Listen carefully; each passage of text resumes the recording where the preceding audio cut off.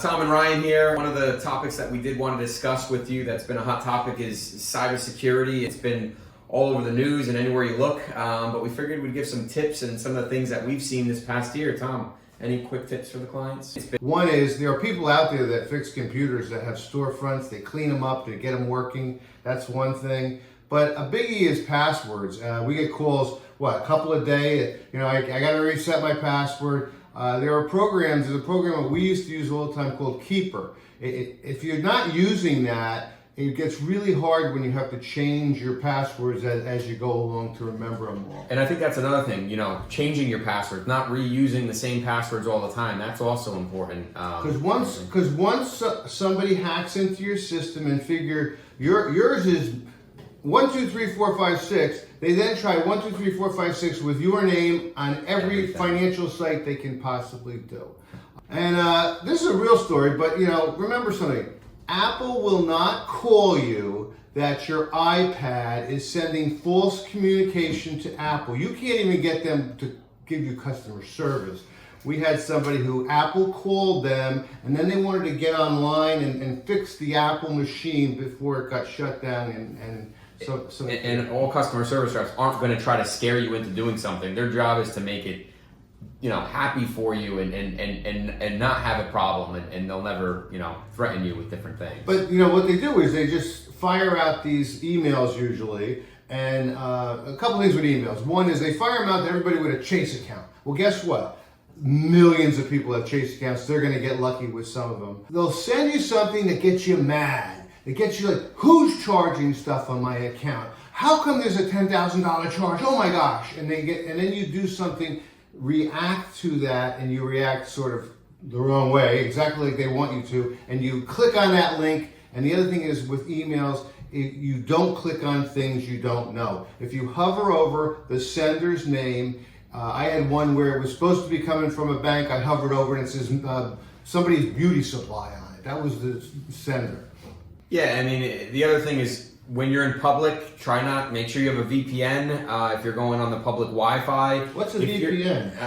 Virtual private network. And it's trying to make you anonymous. And you have to use that if you're in an airport or someplace you don't know. And also those charging stations. They actually had a report out that some of them are hacking machines and downloading your phones. So bring your own little charger with you and your cord if you go to the airport. Don't be plugging into those ones in the waiting areas. And I would say too, even in public, if you're on the phone, don't shout out your social security number or, give password information over the phone, because people are listening and you never know who is listening out there. I had a lady at a store eating lunch, yelling about her problem with the insurance company, and she babbled everything that I needed to know to steal all her account data. I didn't do it, but I could have. And that leads to, on social media, don't share all your stuff. Spouse's Day, where'd you meet, what's your dog's first name? Those are part of security questions that usually they may ask you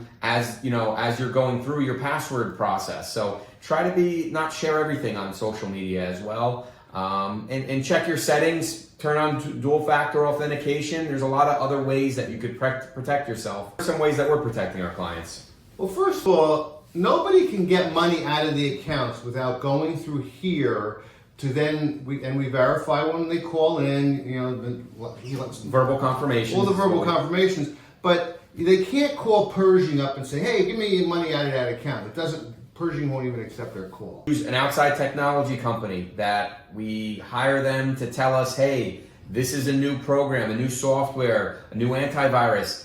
Hey, we just got a new server. It was getting a little old, so we had to update this," and we keep on updating so that way we could protect, our clients. And they even have that program where when something comes at us and we go to upload a piece of software from a vendor we think we know, they check it before they let it on our system. Yeah, and I would say finally, our broker-dealer requires us to get training every year, looking at different emails to look for misspelled words, or it might not be .chase.com. It's, CHAASE.